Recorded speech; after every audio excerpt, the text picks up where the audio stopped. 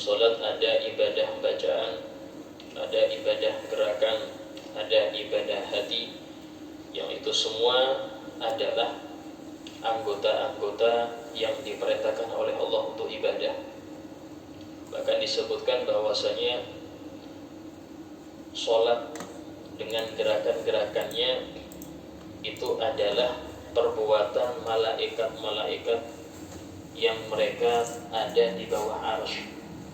Jadi di bawah arsy Allah menciptakan lebih dari 120.000 malaikat, yang mana sebagian diciptakan ada yang berdiri terus sampai hari kiamat, ada yang rukuk terus mulai diciptakan sampai hari kiamat, ada yang i'tidal terus sampai hari kiamat, ada yang sujud terus sampai hari kiamat. Sehingga ketika terjadi kiamat, maka mereka ini yang ibadahnya mulai diciptakan sampai hari kiamat itu tidak ada henti-hentinya. Mereka mengatakan, Rabbana ma abadnaka haqqa ibadatik. Wahai Tuhan kami tidak bisa beribadah dengan benar-benar ibadah. Wala arafnaka haqqa ma'rifatik, dan kami tidak mengenal Engkau dengan betul-betul kenal, betul-betul ma'rifah. Ini malaikat yang ibadahnya tidak sedikit pun dicampur dengan kecapean apalagi maksiat. Sehingga beruntunglah orang-orang yang mereka ini diberi izin oleh Allah untuk melakukan suatu ibadah yang menjadi gambaran ibadah seluruh malaikat. Itu apa? Sholat 5 waktu ini ya. Rukuk, sujud ini masing-masing memiliki faedah-faedah yang mana tidak terdapat pada ibadah yang lain.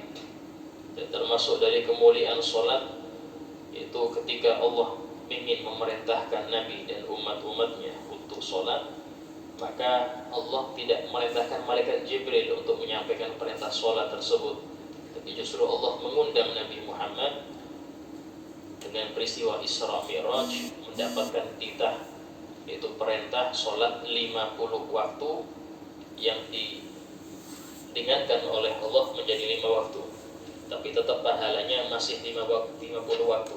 Karena Allah berfirman, la yubaddalul qawlu ladayya, tidak berubah perintah dari enggak berubah ya. Walaupun kita mengerjakan hanya 5 waktu, tapi hakikatnya kita mengerjakan 50 waktu. Sehingga sholat ini merupakan sesuatu yang sangat penting.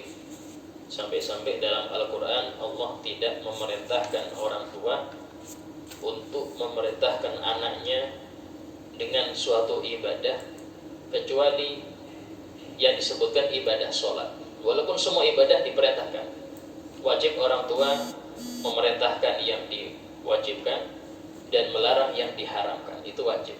Cuma dalam Al-Quran yang dipakai cuma sholat. Wa'mur ahlaka bis-sholah wastabir 'alaiha. Perintahkanlah keluargamu untuk sholat dan sabar-sabarlah atas hal tersebut. Walaupun puasa juga diperintahkan, menutup aurat diperintahkan ya, berakhlak baik diperintahkan, tapi di Al-Quran hanya memakai satu kalimat, apa itu? As-sholah. Kenapa kok hanya sholat? Karena sholat ini kalau sudah baik, yang lain baik.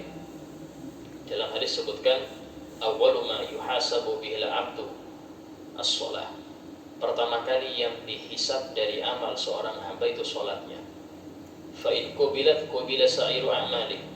Kalau diterima sholat dia, maka seluruh amal akan diterima. Dalam Al-Quran dikuatkan, yaitu dengan firman Allah, inna sholata tanha 'anil fahsya'i wal munkar. Sesungguhnya sholat itu dapat mencegah dari perbuatan keji dan mungkar. Jika orang sholatnya sudah beres, yang lain gampang ya. Yang lain akan gampang. Kenapa? Karena faedahnya sholat itu dapat mencegah perbuatan keji dan mungkar. Apa itu keji? Meninggalkan yang diwajibkan. Apa itu mungkar? Mengerjakan yang dilarang. Kalau sudah sholat beres, semuanya beres. Karena patokannya di situ. Nah, sampai-sampai dalam ayat lain Allah Ta'ala berfirman,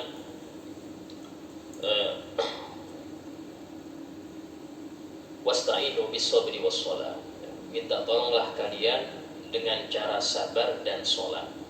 Di sini Allah memerintahkan kita ketika kita mendapatkan suatu musibah, ya, maka ada dua tanggapan dari kita, tanggapan yang batin dan tanggapan zahir. Tanggapan batin yaitu sabar. Segala sesuatu yang terjadi di dunia ini pasti dari Allah Ta'ala, sehingga menyikapinya harus sabar. Tidak boleh komplain, kenapa ini terjadi, bagaimana terjadi, kok bisa terjadi, nggak boleh. Ya, itu namanya orang yang menentang takdir. Tapi harus sabar. Wassalah. Dan juga yang kedua, tanggapan yang zahir yaitu sholat. Ya, mengerjakan sholat, meminta kepada Allah jalan keluar atas hal tersebut. Alhamdulillah, masih kita di dalam pembahasan rukuk, yang mana rukuk ini seringkali disebutkan rukuk tapi yang dimaksud sholat. Ya, seperti yang semua kemarin kita sebutkan. Ada kalanya Allah menyebutkan sujud yang dimaksud sholat. Ini yang dimaksud rukuk. Jadi Allah menyebutkan sujud yang dimaksud rukuk. Itu dalam firman Allah Ta'ala, ketika Allah mengatakan sujud malaikat, fasajadu illa iblis, maka malaikat semua itu sujud ke Nabi Adam illa iblis. Sujud di sini ulama tafsir sepakat yaitu sujudun inhina, cuma nunduk saja, rukuk. Karena mustahil Allah memerintahkan sesuatu yang Allah larang. Apa itu? Itu sujudnya makhluk kepada makhluk yang lain. Itu nggak boleh. Tidak boleh sujudnya makhluk ke makhluk yang lain. Bahkan ke orang tua nggak boleh. Ke guru pun nggak boleh. Ya. Kalau nyium kaki lain lagi. Cium kaki lain lagi. Ya. Jadi orang tua sangat afdol itu. Ya, guru sangat afdol. Tapi kalau sujud nggak boleh. Nah, sehingga sujudnya malaikat itu bukan sujud kayak kita sholat meletakkan dahi di tanah, enggak, tapi rukuk. Sujudnya mereka ini rukuk, ya, rukuk kepada Nabi Adam alaihissalam, bukan sujud meletakkan dahi ke tanah, bukan. Nah, itu penggunaan kalimat sujud berarti rukuk. Qala al-musannif Al-Imam Yahya bin Syaraf An-Nawawi rahimahullah ta'ala wa nafa'ana bihi wa bi'ulumi fid daril amin. Qal waslun wa idha wasala ila hadir raki'in ishtaghala bi adhkarir ruku'. Dan jika orang yang sholat sudah sampai ke batas orang yang ruku', batasnya ini yaitu sekiranya tangan dia kalau dijulurkan bisa nyentuh kedua lutut, sekiranya. Tapi apakah wajib nyentuh? Tidak wajib. Sekiranya kalau dijulurkan itu bisa nyentuh lutut, itu sudah posisi yang sah rukunya. Dan kalau sudah nyampe posisi itu, ishtaghala bi adhkarir ruku', baru dia sibuk dengan zikir-zikir waktu ruku'. Fayaqul, seraya membaca subhana rabbiyal azim, subhana rabbiyal azim, subhana rabbiyal azim, ya, 3 kali. Faqad thabata fi sahih Muslim, dan telah datang dalam sahih Muslim, min hadis Hudzaifah radhiyallahu an, dari hadis sahabat Hudzaifah radhiyallahu an, anna Rasulullah sallallahu alaihi wasallam qala fi ruku'ihi at-tawil, bahwasanya Rasulullah membaca dalam rukuknya yang panjang. Jadi Rasul ini pernah rukuk panjang. Alladzi kana qariban, yang mana panjangnya itu hampir sama min qiraatil Baqarah wan Nisa wa Ali Imran. Ya, sepanjang bacaan Al-Baqarah full, tambahin An-Nisa full, dan Ali Imran full. Itu kira-kira 500 ayat. 287 Al-Baqarah, Ali Imran 200, An-Nisa hampir 200, ini 600 lebih, hampir 700. Rukuknya Nabi, ya. Ini rukuknya Nabi kita, Masya Allah. Karena itulah wajar Nabi ini sampai bengkak kaki, ya, karena menikmati, ya, sudah hobinya sholat. Dalam hadis sebutkan wajuilat qurratu aini fis shalah, dan dijadikan hobiku itu sholat. Sehingga Nabi ini pernah suatu kali ketika tidur di malam giliran Siti Aisyah. Siti Aisyah menceritakan waktu tengah malam itu Nabi bilang, ya Aisyah, bolehkah aku bersenang-senang dengan Tuhanku? Nyampe pengen sholat. Si Aisyah, ya Rasulullah, aku sebenarnya kepingin sama Anda terus, karena ini istilahnya seminggu sekali gitu. Rasul isi 9, itu dikit 9 hari sekali. Tapi aku lebih menyukai apa yang engkau cintai. Engkau dengan Tuhanmu, ya sudah, tidak apa, aku izinkan. Ya, hanya Rasulullah sholat. Ini adab Nabi, ya, adab Nabi. Nah, sehingga beliau sholat sampai hampir subuh. Ya, Sayyidah Aisyah mengatakan, ya Rasulullah, bukankah sudah Allah ampuni dosa engkau yang telah lalu yang datang? Sudah diampuni, tidak usah capek-capek sudah. Yang dalam Al-Quran disebutkan, liyaghfir lakallahu ma taqaddama min dzambik wa ma ta'akhkhar.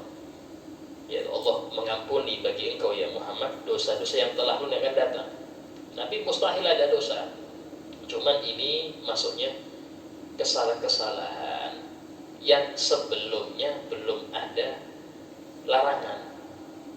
Ya, tapi untuk Nabi itu sesuatu yang aib untuk Nabi itu. Jadi Nabi itu kalau mengerjakan sesuatu terus Allah negur, tapi teguran Allah ini belum ada larangan di situ. Ini Rasulullah menganggap itu suatu dosa, padahal bukan. Ya, belum ada larangan, ya nggak apa-apa. Tapi Allah tegur. Nah, itu beliau seperti itu dibilang sama Siti Aisyah. Maka Nabi menjawab, ya Aisyah, afala akunu abdan syakura. Ya Aisyah, bukankah aku ini pengen menjadi hamba yang pandai bersyukur? Semakin Allah kasih nikmat, tambah semangat aku ibadah. Sama seperti orang-orang yang hadir perang Badar yang jumlahnya 313. Ketika selesai perang Badar itu ada ayat turun, tapi ini ayat sudah gak ada di Al-Quran, sudah mansukh. Itu apa? Innallaha ittala ala ahli Badar. Allah berfirman untuk ahli Badar. Apa itu? If'alu ma syi'tum. Kerjakan yang kalian mau, ngapain aja terserah. Faqad ghafartu lakum. Sudah aku ampuni kalian. Ini masih hidup digitukan oleh Allah. Kerjakan yang kalian mau nggak sholat apapun terserah. Sudah aku ampuni. Tapi apakah ahli Badar terus santai? Tidak. Tambah semangat ibadah. Kenapa? Khawatir ini cobaan dari Allah. Ayo, kendor gak? Kasih gini, kendor gak? Nah, tapi tidak, mereka karena takut ini kayaknya cobaan ini, sehingga tambah semangat. Kita kalau kena gitu sudah nggak pengajian lagi, Pak. Ya, Masya Allah. Ini Nabi ini pernah rukuknya, ya, rukuk yang panjang, yaitu sepanjang tadi hampir 700 ayat. Dan beliau membaca Subhana Rabbiyal Azim. Dari sini bacaan Nabi itu agak keras sehingga bisa didengar oleh sahabat Hudzaifah. Dan kemarin Hudzaifah yang ngikutin Nabi waktu sholat itu. Nah, yang sholat berdiri itu beliau sampai 3 surat panjang itu, rukuknya juga sama sepanjang itu. Nah, ketika baca itu, sahabat Hudzaifah dengar, oh Nabi membaca Subhana Rabbiyal Azim. Nah, dari sini bacaan Nabi itu bukan di hati. Nah, ini menolak pendapat orang-orang yang mengatakan bacaan di sholat itu di hati. Tidak ada. Bacaan Nabi itu semuanya keluar suara. Bahkan dalam hal ini pun sampai sahabat yang di belakang dengar. Itu apa? Subhana Rabbiyal Azim. Wa makna, dan artinya karrara Subhana Rabbiyal Azim fi, yang dimaksud berarti Nabi ngulang-ngulang bacaan ini sampai selama 600 lebih ayat. Kira-kira bisa 3 jam itu. Masya Allah. Kama ja'a bayinan fi Sunan Abi Dawud wa ghairi. Sebagaimana telah dijelaskan juga dalam Sunan Abi Dawud dan selainnya. Nah, karena itulah diantara tabi'in, yaitu Imam Uwais Al-Qarni, pimpinan tabi'in. Ya, beliau itu hidup di masa Nabi, tapi karena punya ibu yang sakit, sehingga beliau lebih mementingkan bakti sama ibunya daripada berangkat ke Madinah ketemu Nabi. Tapi beliau masuk Islam dengan di tangan seorang sahabat, kalau nggak salah sahabat Abu Musa al-Asy'ari. Ketika dikirim ke Yaman, beliau Islam di tangan sahabat Abu Musa al-Asy'ari. Ini beliau disebutkan di dalam manaqibnya. Kalau sudah malam itu bilang, oh ini malam rukuk. Maka beliau sholat, habis Fatihah, surat, rukuk sampai mau sahur. Baru nanti melanjutkan salam, doa, panjang. Nanti besoknya, oh ini malam sujud sampai sahur. Ya. Ini bukan berarti hanya bid'ah, enggak. Ada aturannya. Nabi juga kayak gitu. Nabi juga demikian. Gitu. Nabi juga mengamalkan rukuk panjang, sujud panjang. Kenapa? Selama sendirian tidak apa-apa. Ya, selama bukan jadi imam masyarakat banyak tidak masalah. Tapi kalau kita di masyarakat, ini jangan. Sehingga pernah ada seorang sahabat Mu'adz bin Jabal, ya, jadi imam sholat isya baca Al-Baqarah, ya, sampai ada makmum yang karena mungkin kecapean, ini Al-Baqarah 1 rakaat, sholat isya Al-Baqarah 1 rakaat, ya, akhirnya ini makmum ini niat mufarokoh, niat pisah. Nah, habis pisah itu akhirnya orang-orang bilang, wah itu munafik itu munafik, masa sholat isya nggak kuat. Nah, orang ini nggak enak, kok dibilang munafik. Saya lapor ke Nabi. Ya Nabi, saya ini tadi mulai pagi sampai sore itu di kebun. Saya ini capek. Nah, isya sholat baca Al-Baqarah nggak kuat saya. Akhirnya dipanggil sahabat Mu'adz. Dipanggil Rasulullah, afatanun anta ya Mu'adz, apakah engkau mau bikin fitnah wahai Mu'adz, bikin orang nggak suka berjamaah gara-gara engkau bikin panjang-panjang. Nah, ini ditegur. Kenapa? Bukan waktunya di situ. Sendirian silahkan. Tapi kalau berjamaah dengan masyarakat umum ya, ada yang tua, ada yang sakit, ada yang punya hajat, dan di masa itu orang yang nggak sholat berjamaah dianggap munafik. Orang yang nggak hadir di masjid dianggap munafik di masa itu. Jadi kalau sekarang tambah banyak ya. Di masa itu seperti itu. Sehingga akhirnya kata Rasulullah, kalau engkau menjadi imam di masyarakat yang umum, baca ya, Sabih Isma, ada beliau disebutkan Al-Duha, Al-Alam Nasyara, disebutkan. Maksudnya apa? Yang ringan-ringan. Ya. Kalau sendirian silahkan, mau sampai subuh tidak apa-apa, isyanya silahkan.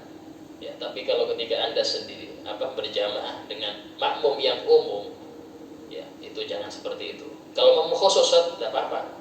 Contoh di pondok murid sendiri, ya, dibilang ayo ini kita sekarang sholat yang panjang ya, mau nggak mau nurut murid, ya, mau nggak mau. Kenapa? Memang mereka dilatih untuk senang ibadah.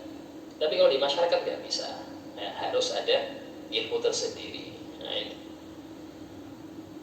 Wajah fi kitabis sunan, fi kutubis sunan, dan telah datang di dalam kitab-kitab sunan, ya, kayak Sunan Abi Dawud, Sunan Ibn Majah, Sunan At-Tirmidzi, annahu sallallahu qala, bahwasanya Rasulullah SAW bersabda, idza qala ahadukum subhana rabbiyal azim thalathan, jika salah seorang kalian membaca subhana rabbiyal azim 3 kali, ya, faqad tamma ruku'uh, maka sudah sempurna ruku'nya. Nah, di sini berarti ada 2 hadis. Hadis perbuatan, ya, hadis ucapan, ini lebih kuat, ya. Perbuatan sama ucapan. Perbuatan di Sahih Muslim, ucapan di Sunan, kitab-kitab Sunan. Ini jelas sangat kuat dalil akan sunnahnya membaca tasbih ketika ruku. Wa thabata fi sahihaini, dan telah datang dalam Sahih Bukhari dan Muslim, an Sayyidina Aisyah radhiyallahu anha, dari Siti Aisyah radhiyallahu anha. Nah, beliau ini putrinya Sayyidina Abu Bakar As-Siddiq, ya, punya saudara Sayyidina Siti Asma binti Abu Bakar, itu menikah dengan sahabat Zubair bin Awam. Nah, punya anak sahabat Abdullah bin Zubair dan Urwah bin Zubair. Nah, jadi istilahnya si Abu Bakar Siddiq ini satu-satunya sahabat yang 4 generasi semuanya sahabat. 4 generasi semuanya sahabat. Sahabat yang lain nggak punya seperti itu. Pertama si Abu Bakar Siddiq sahabat. Abahnya Abu Quhafah sahabat, tapi lambat. Abu Quhafah ini Islamnya agak lambat. Ya, yang Islam dulu anaknya. Baru Abu Quhafah. Anaknya si Abu Bakar Siddiq sahabat, Siti Aisyah, Siti Asma, terus Sayyidina Abdurrahman bin Abu Bakar, Muhammad bin Abu Bakar, itu sahabat. Terus cucunya ya, yaitu Sayyidina Abdullah bin Zubair, itu putranya Siti Asma. Kemudian Urwah bin Zubair sahabat juga. Ini 4 generasi sahabat semua. Mengatakan anna Rasulullah sallallahu kana yaqul, sesungguhnya Rasulullah seringkali membaca fi ruku'i wa sujudi, dalam rukuknya dan sujudnya, subhanakallahumma rabbana wa bihamdik Allahumma ufirli. Ini antara tasbih dan doa. Subhanakallahumma rabbana wa bihamdik Allahumma ufirli. Nah, ini bagi bisa dipraktekkan ya. Karena ada hadisnya itu, dan kuat ini, Sahih Bukhari Muslim. Itu sangat kuat. Kalau sudah disepakati Bukhari Muslim, itu muttafaq alaih. Hukumnya bisa sampai qat'i. Yang ingkar bisa dosa. Ingkar hadis yang disepakati oleh Bukhari Muslim bisa dosa. Ya, bahkan sebagian ulama mengatakan kufur. Nah, karena sudah hukumnya kayak mutawatir. Nah, ini subhanakallahumma rabbana wa bihamdik Allahumma ufirli. Ini bacaan Nabi ketika rukuk. Bacaan yang lain ada. Nah, ini wa thabata fi sahihi Muslim, dan telah datang dalam sahih Muslim an Ali radhiyallahu an, dari sahabat Ali bin Abi Thalib, sepupu Nabi serta menantu Nabi, karena beliau menikah dengan Siti Fatimah Zahra, dan beliau juga khalifah yang keempat. Nah, dan beliau juga mendapat banyak sekali bisyarah dari Nabi, kabar gembira. Di antaranya sabda Rasul, ana madinatul ilm wa aliyun babuha. Aku ini ibarat kota ilmu, dan Ali itulah pintunya. Ali ini pintunya. Maka itulah pernah Sayyidina Ali mengatakan tidak ada di hatiku ini ya kecuali fahmun utihi rajul, itu seseorang yang diberi pemahaman akan Al-Quran.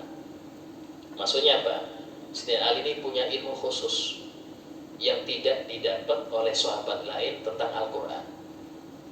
Karena itulah Nabi mengisyaratkan ini pintu kota ilmu ya. Bahkan beliau pernah dalam ucapannya, lau syi'tu an atakalam fil Fatihah, seumpama aku ada waktu untuk membahas Al-Fatihah, lau qartu sab'ina ba'ira, maka aku bisa mentafsiri Fatihah ini sampai memenuhi 70 unta. Tafsirnya itu sampai 70 unta. Satu unta itu bisa muat 100 kitab. 70 berarti bisa 7.000-an. Ini saking luasnya ilmu beliau. Saking luasnya ilmu Sayyidina Ali bin Abi Thalib. Ya. Nabi SAW, bahwasanya Nabi SAW, ini kata Sayyidina Ali, karena idza raka'a, seringkali beliau ketika ruku, yaqul, membaca, Allahumma laka raka'tu, ya Allah, hanya kepadamu lah aku ruku, wa bika amantu, dan hanya kepadamu lah aku beriman, walaka aslamtu, dan hanya kepada engkau lah aku berserah diri, khasya'a laka sam'i wa basari, telah khusyuk kepadamu pendengaranku, penglihatanku, wa mukhi, otakku, wa azmi wa asabi, tulangku dan ototku. Maksudnya ini seluruh badan khusyuk ya. Cuman kita membaca ini karena itiba'li Nabi. Kalau kita sendiri hati belum khusyuk ya, apalagi semua anggota badan, hati aja masih belum bisa khusyuk. Cuman kita ngikutin bacaan Nabi ya, karena memang Nabi membaca ini ya, kita baca. Sama seperti bacaan yang sering kita baca waktu iftitah. Itu kita ini setiap hari itu komitmen, itu inna sholati wa nusuki wa mahyaya wa mamati lillah, seluruh sholatku, seluruh ibadahku, hidupku, matiku itu hanya untuk Allah. Itu kita ingin terus tiap hari itu. Tapi sering kita langgar, sering kita ini gak sesuai. Untuk Allah hanya berapa persen. Sehingga ada seorang murid datang kepada Al-Habib Ahmad bin Hasan Al-Tos. Ya Syekh, ya guruku, aku ini ya apa, baca iftitah apa enggak? Takutnya kenapa? Ya, aku kalau baca iftitah seakan aku berbohong kepada Allah. Aku mengakui hidupku, matiku semua untuk Allah, padahal enggak. Banyak syahwatnya, banyak ininya, banyak nafsunya, bukan untuk Allah banyak. Maka kata gurunya, tetap engkau baca, niat ittiba, niat ngikuti bacaan Nabi. Sebab kalau kita mengartikannya itu ikrar kita, repot Pak. Karena kita hanya berbohong terus pada Allah. Tapi niatkan ini roh Rasulullah yang baca ini, kita ikut baca. Ya semoga dengan sering baca itu kita menjadi betul-betul ikrar dengan sesuai yang kita baca tadi. Waja'a fi kitabis sunan, dan telah datang di dalam kitab sunan. Ini ada tambahan, khasya sam'i wa basari wa mukhi wa admi wa mastaqalat bihi qadami lillahi rabbil alamin. Telah khusyuk pendengaranku, penglihatanku, otakku, tulangku, dan apa yang ditumpu oleh kedua telapak kakiku, lillahi rabbil alamin, khusyuk kepada Allah Tuhan sekalian alam. Ya. Ini diantara doa Nabi ketika rukuk. Dari sini, dari Siti Aisyah tadi juga bicara, kemudian Sina Ali juga bicara bahwasanya mereka mendengar Nabi kalau rukuk baca ini. Tanda apa? Nabi bacanya juga agak keras, maksudnya itu baca secara lisan. Tapi di sini para ulama mengatakan apakah sunnah ngeraskan suara di waktu itu? Nah, sebagian ulama yang besar mengatakan tidak.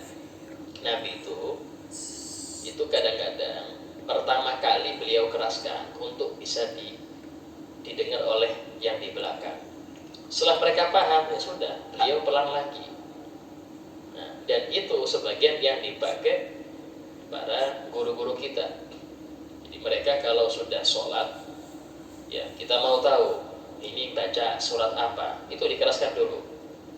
Habis kita ngerti, mereka kembali ke pelan lagi. Karena ngeraskannya itu dengan tujuan biar murid paham apa yang dibaca oleh guru. Tapi setelah saya ngerti, ya sudah, pelan lagi kembali ke awal.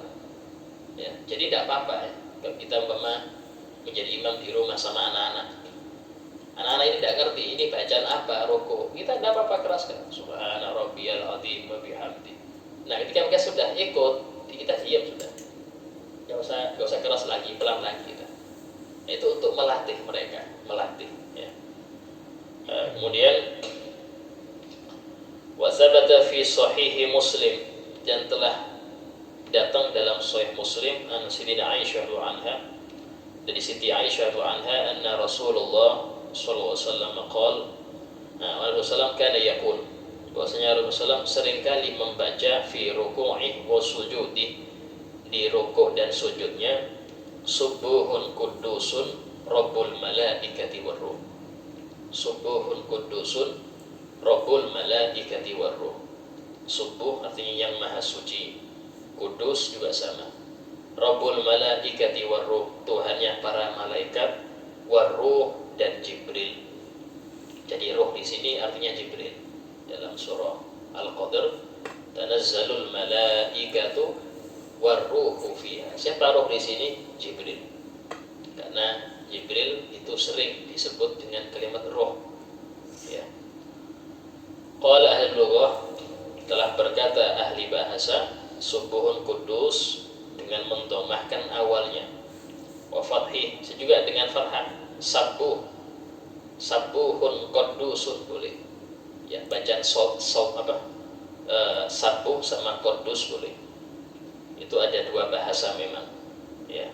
Cuman yang paling banyak kepakai itu yang dhammah. Nah, kalau ada orang baca sabuh ya silahkan, tidak apa-apa. Secara bahasa betul. Ya, secara bahasa betul.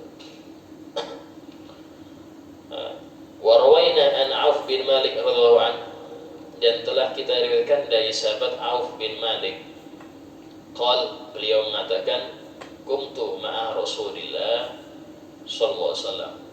Aku pernah sholat bersama Nabi. Faqama faqara. Kemudian dalam berdiri itu beliau membaca surat Baqarah.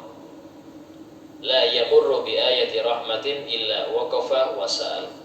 Tidak melewati suatu ayat rahmat kecuali beliau berhenti dan meminta rahmat. Ya, kayak kemarin. Berarti ini sahabat lain. Kemarin Hudzaifah. Ini sekarang sahabat Auf bin Malik. Wala yamurru bi ayati adab illa waqaf wa ta'awwad. Dan tidak melewati ayat yang disebutkan adab kecuali beliau berhenti dan ta'awud, minta perlindungan daripada adab tersebut. Berkata sahabat Auf, summa raka'a bi qadri qiyamih. Kemudian Nabi rukuk sepanjang berdirinya, sama, yaitu berdiri baca Al-Baqarah, rukuknya sepanjang Al-Baqarah. Ya. Yaqulu fi ruku'i, yang beliau membaca dalam rukuknya, Subhana dzil jabarut wal malakut wal kibriya wal azamah. Maha suci zat yang memiliki al-jabarut. Al-jabarut ini yang di alam ulwi, alam atas. Wal malakut itu alam dunia. Biasanya ada malakutis sama wal ard. Ya, itu masih di dunia itu. Jadi langit sama bumi itu masih alam dunia. Ya, bukan langit itu alam akhirat, tidak. Jadi langit sama bumi itu masih alam dunia. Kalau alam akhirat ini itu mulai pertama barzah, terus sampai kepada hisab, ya, sampai sirat dan selainnya itu nanti masuk alam akhirat. Sehingga Nabi Muhammad SAW ketika Mi'raj itu beliau masuk ke alam akhirat, sehingga beliau masuk ke surga, melihat semua keindahannya, masuk ke neraka, ya, dia pakai malik ke neraka. Waktu neraka kosong masih, cuman buat gambaran kayak gini loh, Nabi, nanti umatmu yang model gini jadi kayak gini. Ada yang waktu itu makan di meja makan, makanan ini enak-enak, ya, tapi mereka makan yang sampingnya ada bangkai, ada ulat. Ya, itu yang dimakan sampai muntah-muntah. Sehingga Nabi tanya, loh, kenapa ini orang-orang ini sudah ada makan yang lezat di depannya kok masih yang bangkai dimakan? Itu ya Muhammad, kata Malik, permisalan umatmu yang mereka ini punya istri yang sah tapi masih melirik yang lain, ya, masih jalan sama yang lain. Dan ada yang sah, ya, tapi masih ke yang lain. Nah, yang seperti itu sisaannya. Masih banyak sendiri, ya, masih banyak. Itu semua Rasulullah digambarkan untuk para nabi, umatnya yang nanti akan masuk neraka seperti itu model-modelnya. Ya, tapi waktu itu neraka masih kosong, sampai sekarang pun masih kosong. Ini neraka sama surga ini sampai sekarang masih nggak ada penghuninya. Ya, walaupun ada, neraka sudah ada, surga sudah ada. Nah, kenapa demikian? Karena tidak akan bisa masuk neraka atau surga kecuali setelah masa kebangkitan. Kebangkitan baru pemberian kitab dari kanan atau kiri, baru kemudian timbangan amal, baru kemudian nyebrang Siratal Mustaqim. Yang bisa nyebrang masuk surga, yang nggak bisa neraka. Nah, waktu itulah baru terisi surga sama neraka. Terus yang sekarang di mana, Ustaz? Di alam barzah semua. Mulai zaman Nabi Adam sampai sekarang ini, itu semuanya masih di alam barzah. Dan barzah cuma ada dua, kalau nggak dapat nikmat kubur, sisa kubur. Itulah, nggak ada istilahnya hantu gentayangan orang mati, nggak ada. Kalau dia memang orang buruk, nggak mungkin lepas dari mungkar nakir, ya, nggak mungkin lepas. Kalau dia orang baik, ngapain juga keluar nakutin orang? Sudah nyaman di kubur, ngapain nakutin orang itu? Dan terus kenapa kok ada model hantu ini? Itu jin, ya, dan jin itu tergantung keyakinan masyarakat situ. Oh, nanti kalau ada orang rentenir itu biasanya matinya gentayangan. Nah, jin langsung, oh ya, pas mati dia jadi gentayangan. Kenapa? Karena sesuai masyarakatnya. Ketika masyarakat itu meyakini ini, ya jin langsung muncul kayak gitu. Untuk apa? Biar tambah meyakini sesuatu yang gak pernah ada dalam Al-Quran. Tujuannya jin itu biar kita meyakini sesuatu yang tidak disebutkan dalam Al-Quran dan hadis. Gak jauh-jauh di Eropa gak nemu pocong, Pak. Pocong di Indonesia aja pocong. Silakan dicek di Eropa gak ada pocong. Kenapa? Karena memang Indonesia aja yang ngerti pocong. Luar negeri gak ada pocong, gak kenal. Ya. Dracula gak ada di sini. Di luar aja. Kenapa? Di luar sudah masyhur Dracula. Itu gak ada. Karena masyarakat gak ngerti Dracula. Ya, tergantung masyarakatnya. Gitu. Jadi gak mungkin orang matus muncul, gak ada. Itu hanya jin. Karena kita ini ada ketakutan dimunculkan. Ya. Kalau masih belum percaya, jam 1 ke Semumun bawa sajadah, ya sholat di situ. Gak lama-lama, 2 jam saja. Kalau nggak ada yang nyolek berarti aman. Yang oleh nyolek ya beri satpamnya, ya Pak, pindah dulu Pak. Ya, aman aja itu. Itu cara biar kita ini hilang rasa takut. Ya. Nah, kemudian wal kibriya wal adhamah. Al kibriya wal adhamah yaitu keagungan dan kebesaran Allah Ta'ala. Nah, ini beliau subhanallah yang sampai menikmatinya dzikir sampai rokok ini dzikir sebanyak itu nggak terasa, tidak terasa.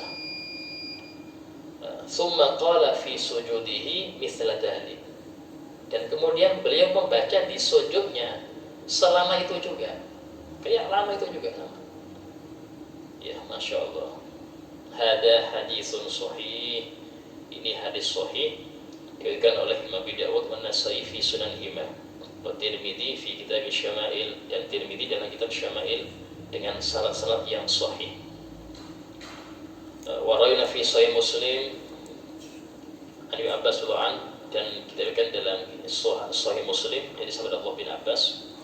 Beliau mengatakan qala Rasulullah, Rasul bersabda, fa ammar ruku' fa'addimu fihi rabb. Nabi bersabda, adapun dalam keadaan ruku' maka agungkanlah Allah di dalamnya. Maksudnya membaca subhana rabbiyal azim. Itu. Ya. Nah, subhana rabbiyal azim. Nah, itu istilahnya yang disebutkan di dalam hadis-hadis yang sahih. Wa'lam, insyaallah kita lanjutkan yang akan datang. Ada pertanyaan yang sudah kita bahas?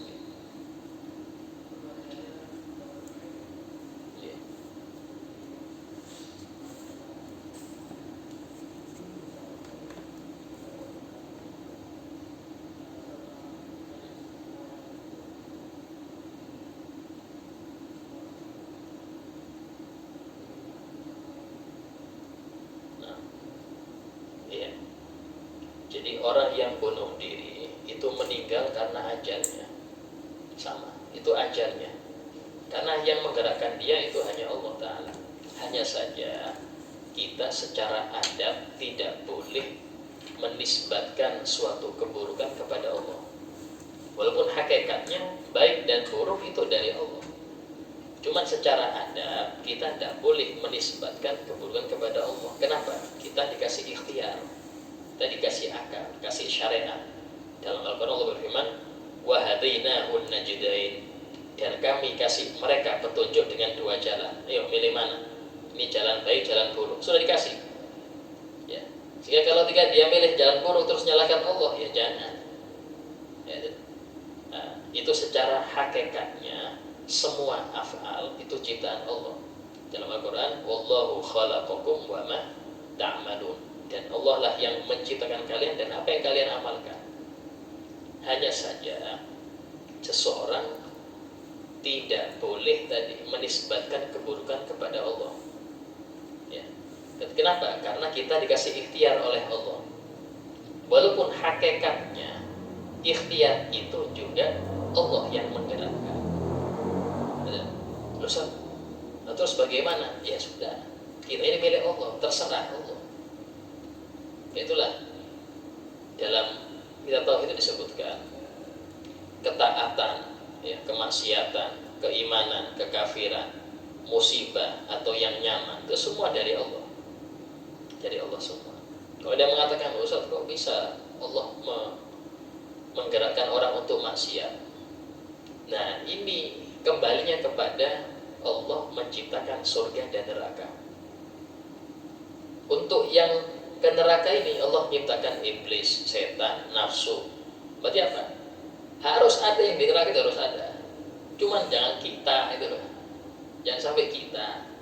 Itulah dalam doa qunut kita baca, wa qina bi rahmatika syarra ma qadait. Ya Allah, selamatkan kami dengan rahmat-Mu dari buruknya takdir-Mu. Takdir Allah itu. Tapi kita minta jangan sampai kita kena takdir yang buruk. Nah, sehingga dalam hal ini tetap meninggal dengan bunuh diri itu ajal dari Allah Ta'ala. Tetap ajal, ya. Walaupun di situ dia berdosa karena syariatnya dia berdosa. Secara hakikatnya itu memang dari Allah. Atau orang membunuh pun, meninggalkan diri pun itu dari Allah juga. Ya, cuman yang membunuh dosa. Ya, yang bunuh dosa. Yang terbunuh bagaimana Ustaz? Dilihat. Kalau dua-duanya memang pengen saling membunuh, Rasulullah fal qatil wal maqtul finar. Yang membunuh yang terbunuh semua di neraka. Nah, itu penjelasannya agak panjang itu. Ya, insyaallah nanti kita akan detail lagi. Fadilah wa syukur.